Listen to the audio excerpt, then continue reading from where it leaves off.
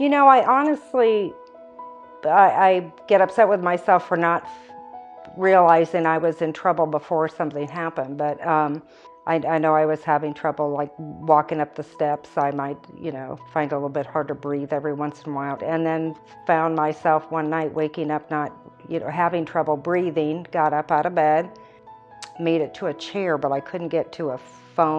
From there I was really in trouble. I couldn't get to a phone. I couldn't call my husband.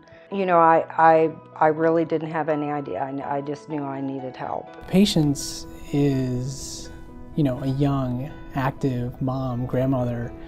She takes care of her grandchildren a couple days a week, and this was a big deal for her. She presented with atrial fibrillation. She had a thrombus, a clot, in her left atrium. That prevented us from really providing her with medical options initially. My valve, the atrial valve, was malformed. It's supposed to have 3 pieces, that open and close, and I had 2.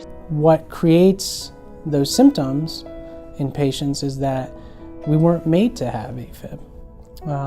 We were designed to have a steady cadence to our heartbeat. When we have erratic activity, we put our hearts out of sync, and that leads to inefficiency in cardiac function. It's unpredictable, it's chaotic, it's unnatural. Steve has some good friends and whose parents had heart problems. So we kind of went with their recommendation as far as these guys were the best in town.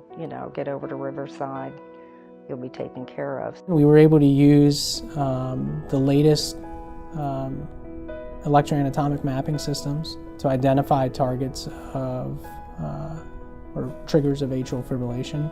She had a great result. She's strong-willed, and we knew she was going to have a great recovery, and she did. I feel good. I feel really good. I won't lie, recovery was hard. I mean, you just feel like you've been hit by a truck, but you just kind of get in that zone of got to get better.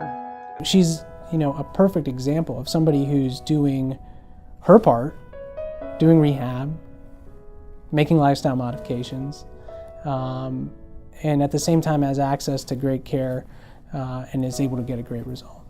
When you do need help, find the doctors. We went with people who had been through it themselves or their loved ones had been through it, and so they came recommended to us. That was a comfort to me, and I love Dr. Amin.